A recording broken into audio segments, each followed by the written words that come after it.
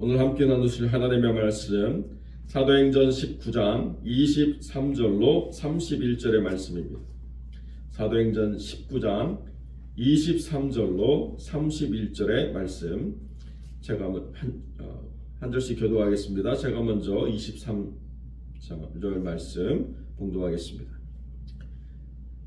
그때쯤 되어 이 도로 말미암아 적지 않은 소동이 있었으니 즉 데메드리오라 하는 어떤 은장색이 은으로 아데미의 신상 모형을 만들어 직공들에게 적지 않은 벌이를 하게 하더니 그가 그 직공들과 그러한 영업하는 자들을 모아 이르되 여러분도 알거니와 우리의 풍족한 생활이 이 생업에 있는데 이 바울이 에베소뿐 아니라 거의 전 아시아를 통하여 수많은 사람을 권유하여 말하되 사람의 손으로 만든 것들은 신이 아니라 하니 이는 그대들도 보고 들은 것이라. 우리의 이 영업이 천하여질 위험이 있을 뿐 아니라 큰 여신 아데미의 신전도 무시당하게 되고 온 아시아와 천하가 위하는 그의 위엄도 떨어질까 하노라 하더라. 그들의 이 말을 듣고 분노가 가득하여 외쳐 이르되 크다 에베소 사람의 아데미여 하니 온 시내가 요란하여 바울과 같이 다니는 마게도냐 사람 가이오와 아리스다고를 붙들어 일제히 연극장으로 달려 들어가는지라. 백성 가운데로 들어가고자 하나 제자들이 말이고 함께 읽습니다. 또 아시아 관리 중에 바울의 친구된 어떤 이들이 그에게 통지하여 연극장에 들어가지 말라 권하더라. 아멘. 오늘 본문의 말씀을 가지고 문제는 돈, 명분은 신앙이라는 제목으로 이 말씀을 함께 나누겠습니다. 데메드리오라고 하는 이 이름은 요한 3서에도 등장하는 그리스도인의 이름이 있습니다. 그래서 이 데메드리오가 그 데메드리오인가 이렇게 오해할 수도 있지만 전혀 다른 사람이다. 이 데메드리오라고 하는 이 에베소의 이 사람은 은장색으로 아데미의 신상을 만들어내는 그러한 직업군에서 상당히 높은 위치에 있었던 그런 사람이고 그것으로 인해서 상당히 풍족한 생활을 누렸던 삶을 유지하고 있었습니다. 그런데 생각하지도 않았던 바울이라고 하는 유대인이 내려와 가지고 어마어마한 복음 전파의 영향력들을 펼쳐서 에베소뿐만 아니라 거의 전 아시아라고 표현될 정도로 그 주변 인근에 있는 모든 도시들에서 복음이 증거되고 많은 사람들이 하나님께 나와 예수 그리스도를 믿는 그런 일들이 이루어졌기 때문에 큰 위협이 실제적으로 되어지고 있는 상황이라는 것을 알고 어떻게 이 문제를 풀어갈 것인가, 혼자로서는 도저히 이 문제를 풀어갈 수 없다라고 생각해서 그 직군에 있는 은장색들의 그 모든 사람들의 모임을 회합해 가지고 앞에 나가서 소동을 만들었습니다. 그러니까 그 소동에 동참하는 에베소 사람들이 또 모여가지고 2시간 동안이나 외쳐서 소동을 일으키고 여기 29절에 보면 가이오와 아리스다고를 붙들어 연극장으로 달려갔다 이렇게 되어 있는데 그냥 끌고 간 게 아니고 이 말씀의 가장 중요한 내용은 가이오와 아리스다고를 처형하려고 연극장에서 끌고 갔다 이렇게 원어적으로는 표현되어 있습니다. 그러니까 그들이 이 상황을 몰고 가가지고 사람들을 선동해서 희생제물을 만들고 모든 사람들이 그 희생제물에 직간접적으로 연루되게 함으로써 이것이 불법이거든요. 그런데 이 불법에 모든 사람들이 동참하게 함으로써 그 스스로를 변화하기 위해서 더 적극적으로 신앙 가진 이 그리스도인들을 대적해 나가려고 하는 그런 사단의 전략이 있었다는 거예요.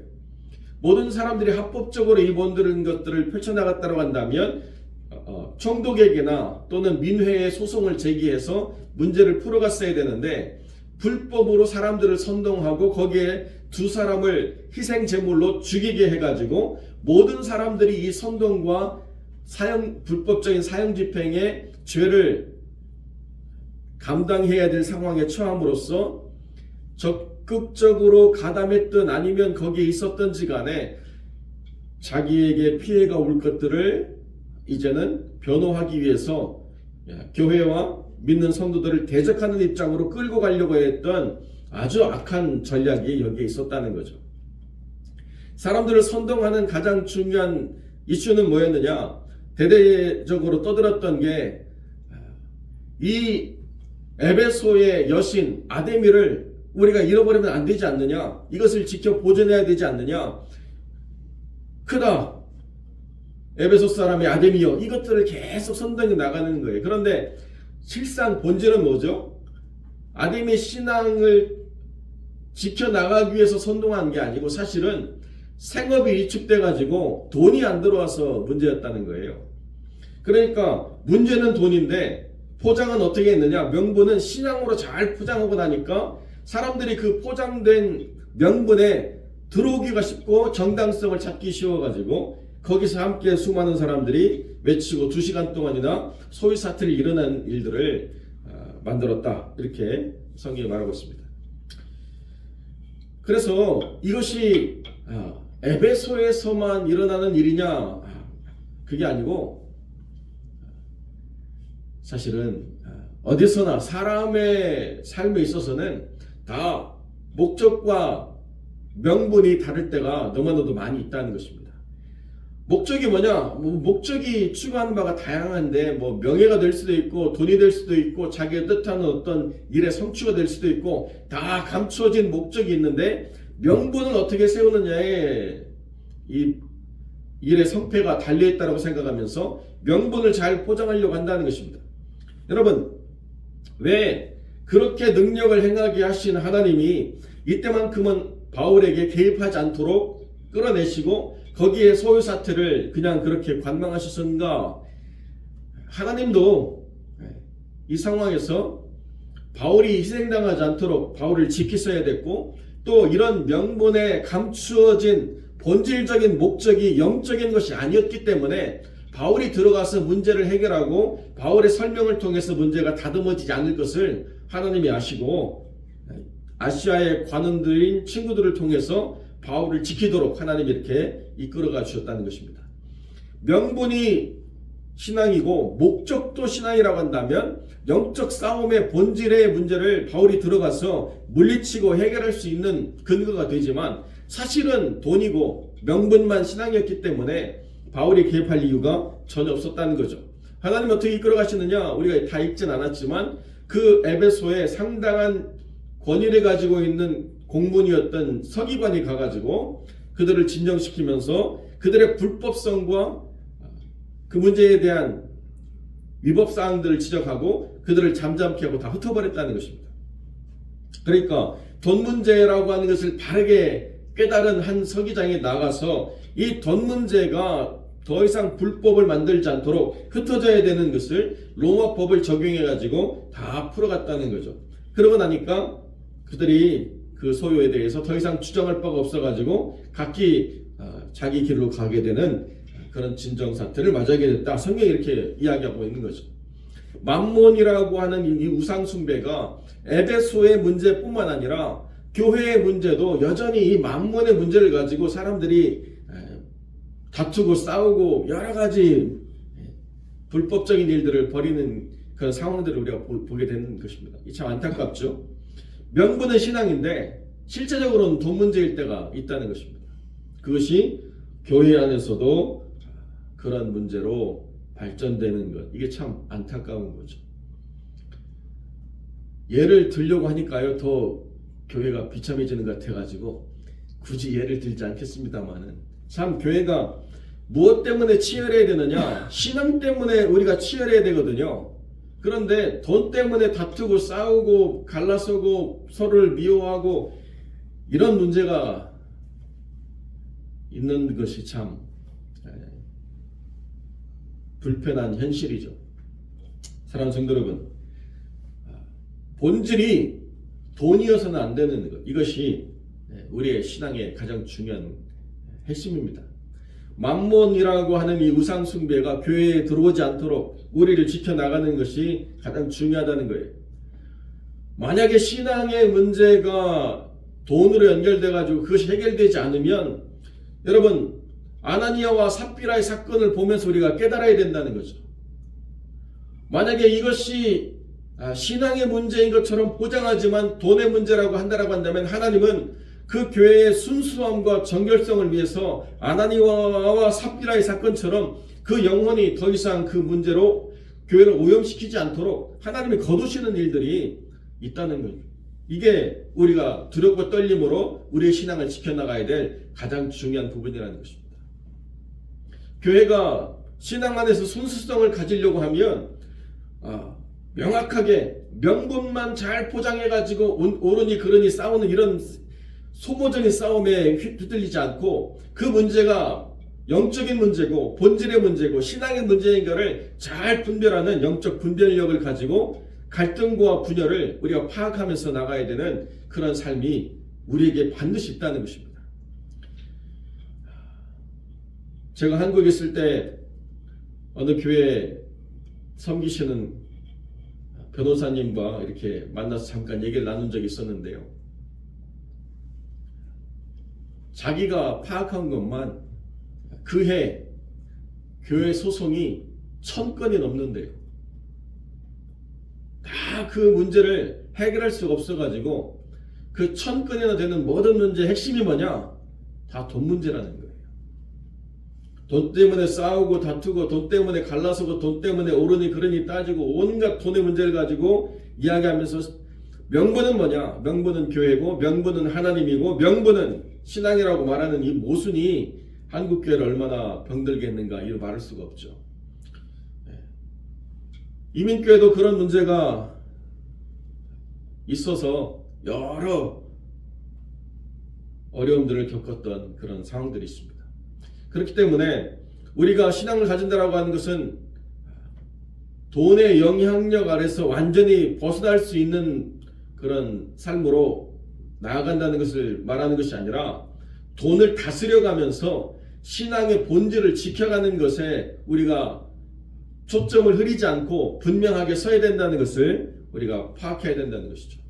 물질이 이 세상에 있지만 물질에 지배당하지 않고 물질을 다스려가면서 하나님의 뜻을 세워가는 것, 그것이 신앙의 문제라는 것입니다. 그러니까 교회가 어느 한때 하나님의 영광을 드러내기 위해서 순수함을 가지고 있다가 급격하게 그 빛을 잃어버리는 가장 중요한 이유가 뭐냐?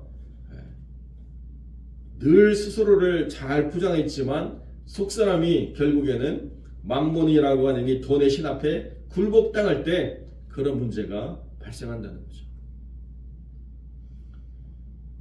제가 참 존경했던 어떤 목사님도 개척 당시에 너무 힘들으셨던 그런 상황들을 보고 듣고 했거든요.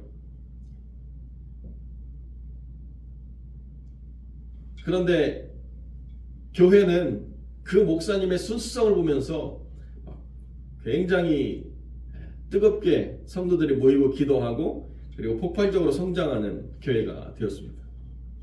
그리고 난 다음에 제가 서울로 삶의 자리를 옮겨서 그 교회를 더 이상 출석할 수 없어가지고 오랜 세월 지나고 나서도 항상 그 교회 주보를 받아봤거든요.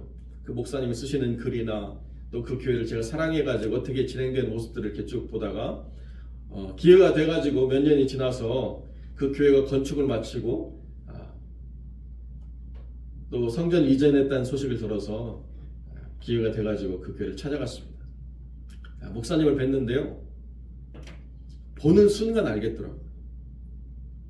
본인은 자각을 못 하시는지 모르겠는데 저는 보는 순간 느껴졌어요. 이분이 세련되어지고 멋있어졌다는 느낌이 아니고 이분이 뭔가를 놓치고 있구나를 제가 느끼겠어요. 결국 세월이 조금 더 지나고 난 다음에 목사님은 그 목회지를 내려놓아야 되는 상황에 직면하게 됐습니다. 어느 누구도 이 문제에 대해서 나는 완벽하게 해결했다라고 말할 수 있는 존재가 단 한 사람도 없습니다. 그렇기 때문에 항상 깨어 있어야 된다는 거예요. 교회도 깨어 있어야 되고 교회의 문제를 지적하려고 하는 나도 깨어 있어야 되는데 그 객관화만 사람들이 실천하고 자기의 주관적인 삶의 본질은 실천하지 못하는 모습들을 보여줄 때가 참 많이 있다는 거죠. 그래서 어떤 분들을 만나면 교회가 무엇이어야 되는가에 대해서 아주 통렬하게 지적하고 비판하고 모든 일들을 다 자기의 잣대로 명확하게 해결하지 못한 그 문제들을 하나하나 자기가 다 해결할 수 있는 것처럼 이렇게 이야기할 때가 있습니다. 그런데 정작 본인이 그 교회의 일원이라는 사실을 깨닫지 못한 채 교회와 자기를 분리시켜 가지고 말하는 그런 모습만 있게 된다는 거죠. 그 일을 행하려고 하면 본인이 그 문제에 대해서 헌신되고 충성된 하나님의 사람이 되어야 된다는 것 아니겠습니까? 교회가 물질에 대해서 이래야 됩니다, 저래야 됩니다 말씀은 잘 하시는데 정작 본인은 그 물질에 대해서 헌신도 없고 관여도 없고 아무런 관심도 없는 채 교회라고 하는 추상적인 이슈를 자기가 얼마든지 옳고 그름을 판단할 수 있다고 착각하는 삶의 자리에 있다는 게 안타깝다는 거죠. 여러분, 교회를 비판하려고 하면 우리가 생각해야 될 게 있어요. 내가 이미 그 교회에 하나 되어 있는 존재라는 거예요. 내가 교회를 객관적으로 비판하는 순간부터 나와 교회는 분리된 존재라는 사실을 우리가 이해해야 된다는 것입니다. 교회를 객관적으로 비판하려고 하기 이전에 내가 교회 안에서 어떻게 생활하고 있는가를 잘 파악하고 자기를 돌아볼 때 그 비판이 온전하고 아름다울 수 있다는 거죠. 바울은 그 문제에 대해서 치열하게 살았습니다. 한 번도 그 문제를 가지고 돈이 바울의 삶의 이슈가 되어서 바울을 좌절케 하거나 힘들게 했던 일들이 전혀 없다는 거죠. 그리고 바울의 모든 사역이 돈 때문에 망하거나 돈 때문에 오염되지 않도록 끝까지 정결하게 스스로를 지켰다는 사실이 얼마나 존중받아야 될 믿음의 사람인가를 우리에게 보여주고 있습니다. 그러니까 우리가 추구하는 삶의 가치가 분명해야 된다는 것입니다. 우리를 통해서 모든 목적과 또 명분이 일치되는 삶을 살아갈 때 교회는 순전할 수 있다는 것이고 그 순전한 교회가 세상의 빛과 소금이 되어줄 수 있다고 하는 것을 성경이 우리에게 분명하게 전달해 주고 있습니다. 오늘날의 부족하고 안타까운 모습들을 우리가 보면서 우리는 그러지 말아야 되겠다라고 반면교사를 삼을 삶의 순간들이 많이 있죠. 그러나 우리도 어느 한때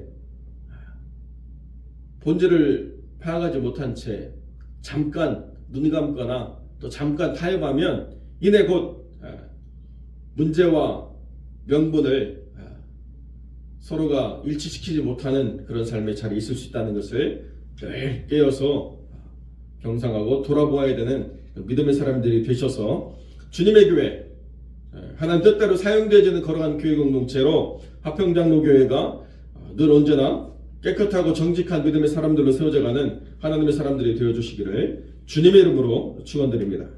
기도하겠습니다.